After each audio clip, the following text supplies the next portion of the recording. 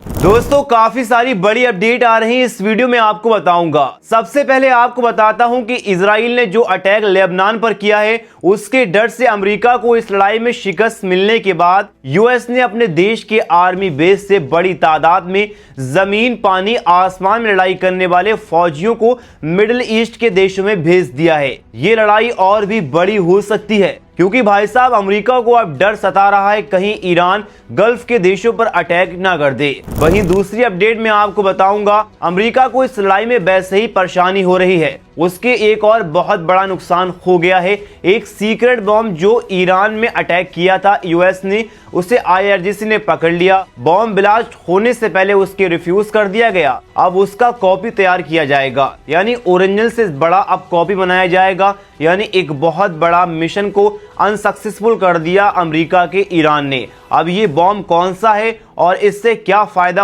होगा ईरान को, ये भी मैं आपको बताऊंगा। उससे पहले मेरी आपसे गुजारिश है आप इस वीडियो को एंड तक देखिए। दोस्तों बात करते हैं पहली अपडेट की तरफ। ये खबर ईरान को शिकस्त देने के लिए आई थी। ट्रम्प ने एक मिशन तैयार किया है। देखो मिसाइल ड्रोन हथियार से ईरान से यूएस हार गया, ये बात किसी से छुपी नहीं है और हार के मारे ट्रम्प को सीज फायर करना पड़ा। लेकिन अब यूएस अपने देश से फौजियों को मिडिल ईस्ट में भेज रहा है। मिडिल ईस्ट में 50,000 से ज्यादा फौजी यूएस के बेसिस पर तैयार हैं। अमेरिका मिडिल ईस्ट में अपने फौजी बढ़ा रहा है।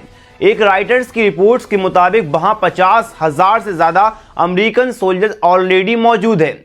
अब हजारों मरीन्स को सैन डिएगो से सीधा वहां भेजा जा रहा है। दोस्तों राइटर्स ने बताया है कि मिडिल ईस्ट में अमेरिका मिलिट्री की ताकत बहुत तेजी से बढ़ा रहा है। डर है क्या मालूम ईरान फिर से अटैक न कर दे। पहले से ही वहां 50,000 अमेरिकन सोल्जर्स तैनात थे, अब इसमें और इजाफा हो रहा है।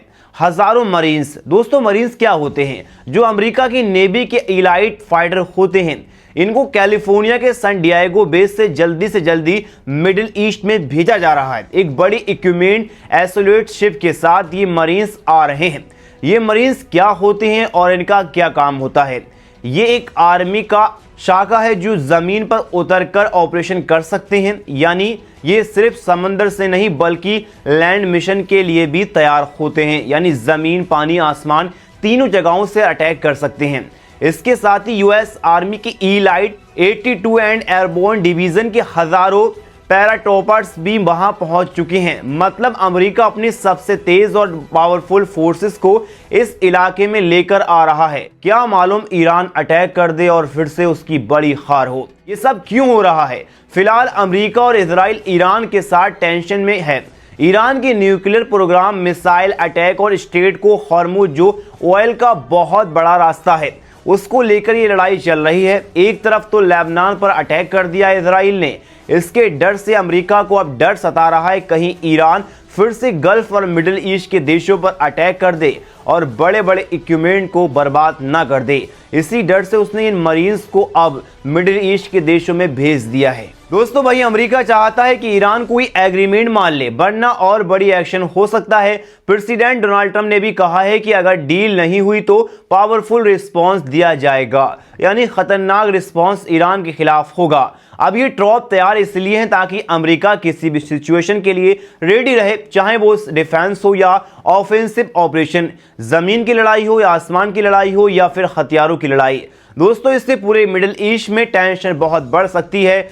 ऑयल के दाम बढ़ सकते हैं, ग्लोबल मार्केट हिल सकता है। इंडिया के लिए भी ये इंपॉर्टेंट है क्योंकि हम ऑयल के लिए मिडिल ईस्ट पर बहुत बड़ा डिपेंड करते हैं, बहुत ही ज़्यादा डिपेंडेंट हैं। मरीन्स को नेवी के लैंड सोल्जर्स भी बोलते हैं। आइए मैं इनकी थोड़ी सी और डिटेल बताता हूँ। मरीन्स क्या होते हैं? देखो ये समंदर सी पर काम करती हैं, शिप्स, सबमरीन्स, एयरक्राफ्ट कैरियर्स चलाते हैं।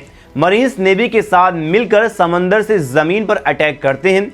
ये लोग जहाज से उतरकर बीच किनारे पर लैंडिंग करते हैं और वहां से लड़ाई शुरू कर देते हैं। दोस्तों मरीन्स क्या करते हैं? ये होते हैं वॉरफेयर, समंदर से जमीन पर जल्दी से अटैक। जैसे मूवी में आपने देखा होगा वो बोट से उतरकर लड़ाई लड़ना शुरू कर देते हैं, वैसे ही इनका काम होता है। ये रैपिड रिस्पॉन्स करते हैं, दुनिया में कहीं भी जल्दी पहुंचकर लड़ाई कर सकते हैं। ये अमेरिका की सबसे तेज तैयार होने वाली फोर्स होती है जो अमेरिका के पेंटागन तैयार करता है। ये अमेरिका की सबसे गुप्त फौज होती है। जमीन पर उतरकर पैदल भाग सकते हैं, सोल्जर्स की तरह भी लड़ते हैं, लेकिन इनकी ट्रेनिंग बहुत अलग होती है।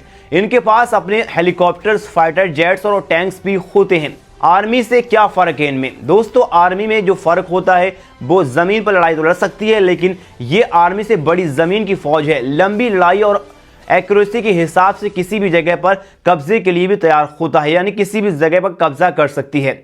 दोस्तों, मरीन छोटी, बहुत तेज़ और फ्लेक्सिबल फोर्स है। पहले अटैक करने के लिए भेजी जाती है, फिर आर्मी आती है और बड़ी तादाद में उस जगह पर कब्जा कर लेती है। देखो, सबसे पहले ईरान ने गल्फ में जितने भी यूएस आर्मी बेसिस को सब खत्म कर दिया था, और अब मिडिल ईस्ट में यूएस कमजोर पड़ गया है, इसीलिए उसने अपने इन लोगों को भेजा है, इन मरीन्स को भेजा है। हाँ, इसका क्या अंदेशा है? देखो, सीज फायर हुआ है, लेकिन इजराइल ने लेबनान में अटैक किया, जहां 300 लोग मारे गए।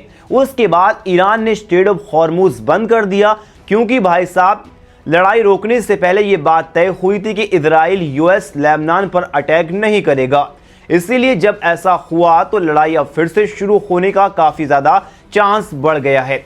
इसीलिए भाई साहब, इजराइल पर ईरान अटैक कर सकता है, और अटैक भी कल किए हैं।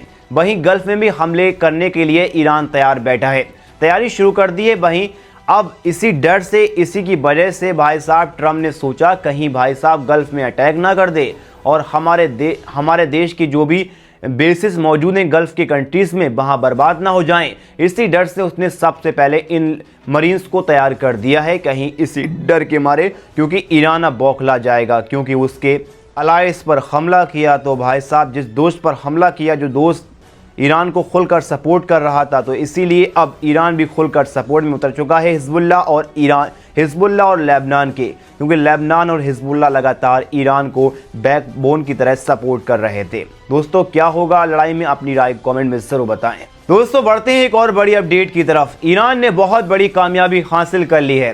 दोस्तों, अक्सर होता है कि भाई साहब अमेरिका ईरान पर जो भी अटैक करता है, अगर वो बम ब्लास्ट ना होकर ईरान की IRGC उसे पकड़ ले और उसका डुप्लीकेट बना ले, तो आप चौकन्ना मत होना, क्योंकि भाई साहब ईरान की IRGC ने कुछ ऐसा ही किया है। ईरान की IRGC ने एक अमेरिका के बहुत सीक्रेट बॉम्ब को पकड़कर उसे रिफ्यूज़ कर दिया और उसका डुप्लीकेट तैयार करेगा।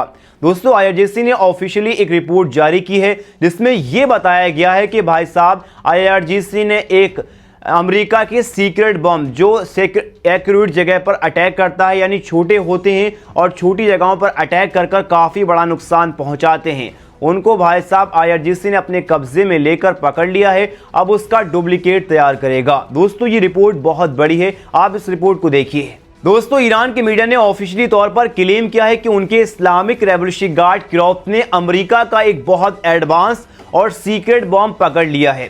इसका नाम है JBU-39 small diameter bomb. America का ये इलाइट बहुत खतरनाक वेपन है। ये बॉम्ब अब ईरान के हाथ में है, और वो भी बिल्कुल इंटैक्ट, बिना फटे। क्या ये सच में अमेरिका के लिए बड़ी प्रॉब्लम बन सकता है? दोस्तों, ये अमेरिका के लिए बहुत बड़ी मुसीबत बन सकता है। क्या मालूम ईरान इसको पकड़ने के बाद अब इसका डुप्लीकेट तैयार करे, क्योंकि डुप्लीकेट ओरिजिनल से बड़ा बनाकर तैयार करता है। साइंटिस्ट ईरान के बहुत ही ज़्यादा काबिल हैं, और उनका AQI लेवल भी काफ़ी ज़्यादा होता है। इसीलिए भाई साहब ओरिजिनल से तगड़ा डुप्लीकेट बनाकर तैयार करते हैं। दोस्तों, आप समझते हैं पहले क्या होता है इस बॉम्ब में और क्या क्या चीज़ खासियत है। JBU-39 को स्मॉल डायमीटर बॉम्ब के नाम से जाना जाता है। ये अमेरिका का बहुत मॉडर्न गाइडेड बॉम्ब है। इसका वेट सिर्फ लगभग 113 kg है। ये GPS गाइडेंस से यूज करता है, मतलब ये अपने टारगेट को सैटेलाइट की मदद से इतना एक्यूरेट हिट करता है कि सिर्फ छोटे टारगेट को नुकसान पहुंचाता है और आसपास के लोगों को कम। ये बॉम्ब फाइटर जेट से ड्रॉप किया जाता है और ये ग्लाइड करके बहुत दूर तक जा सकता है। अमेरिका इस बॉम्ब को इसलिए यूज करता है क्योंकि ये छोटे छोटे इंपॉर्टेंट टारगेट को मारने में बहुत एक्सपर्ट है, जैसे एनिमी के बंकर्स, व्हीकल्स या कमांडर्स को टारगेट कर सकता है। दोस्तों, अब इसको ईरान ने पकड़ लिया है। वहीं अमेरिका की पेंटागन को हमेशा से डर था कि ये टेक्नोलॉजी गलत हाथों में ना पहुंच जाए, और अब ईरानी मीडिया के मुताबिक वो डर सच होता लग रहा है। अब असली खबर देखिए। ईरान के प्रोवेंस में ये बॉम्ब गिरा था, लेकिन ये फटा नहीं। ईरानी स्टेट मीडिया तंसीम न्यूज़ और IRGC ने बताया है कि उनकी स्पेशल बॉम्ब डिस्पोजल टीम ने इस बॉम्ब को सेफली रिकवर कर लिया है, बिना फटे इसे अपने पास रख लिया है। उन्होंने इसे न्यूट्रलाइज किया है और अब ये बॉम्ब उनके पास से बिल्कुल ठीक ठाक कंडीशन में मौजूद है, बिना फटे। IRGC के अकॉर्डिंग ये बॉम्ब अमेरिका ने ड्रॉप किया था, लेकिन ये फेल हो गया और फट नहीं पाया। ईरानी फाइटर ने इसे पकड़ लिया है और पकड़ने के बाद अब खबर ये आ रही कि अब इसका डुप्लीकेट बनाया जाएगा। अब ये बॉम्ब ईरान के साइंटिस्ट के पास जाएगा, जहां वो इसकी टेक्नोलॉजी, गाइडेंस, मटेरियल, सब कुछ, ये कोई छोटी बात नहीं दोस्तों। अमेरिका का एडवांस वेपन अब ईरान के हाथ में है। ईरानी मीडिया इसे बड़ी जीत बता रहा है। तो दोस्तों सवाल यह है कि इससे क्या फर्क पड़ेगा। अगर ईरान इस बॉम्ब की टेक्नोलॉजी कॉपी कर पाया या समझ पाया तो वो अपने ड्रोन्स और मिसाइल में ऐसी प्रोटेक्शन गाइडेंस ऐड कर सकता है। ईरान के पास पहले से ही हजारों मिसाइल और ड्रोन्स हैं। अगर उनमें ये अमेरिका लेवल एक्यूरेसी आ गई तो फ्यूचर में कॉन्फ्लिक्ट में बहुत बड़ा डिफरेंस आ सकता है। यानी लड़ाई में ईरान और ज़्यादा मजबूत हो जाएगा और लड़ाई में अमेरिका जैसे देश उसे नहीं हरा पाएंगे।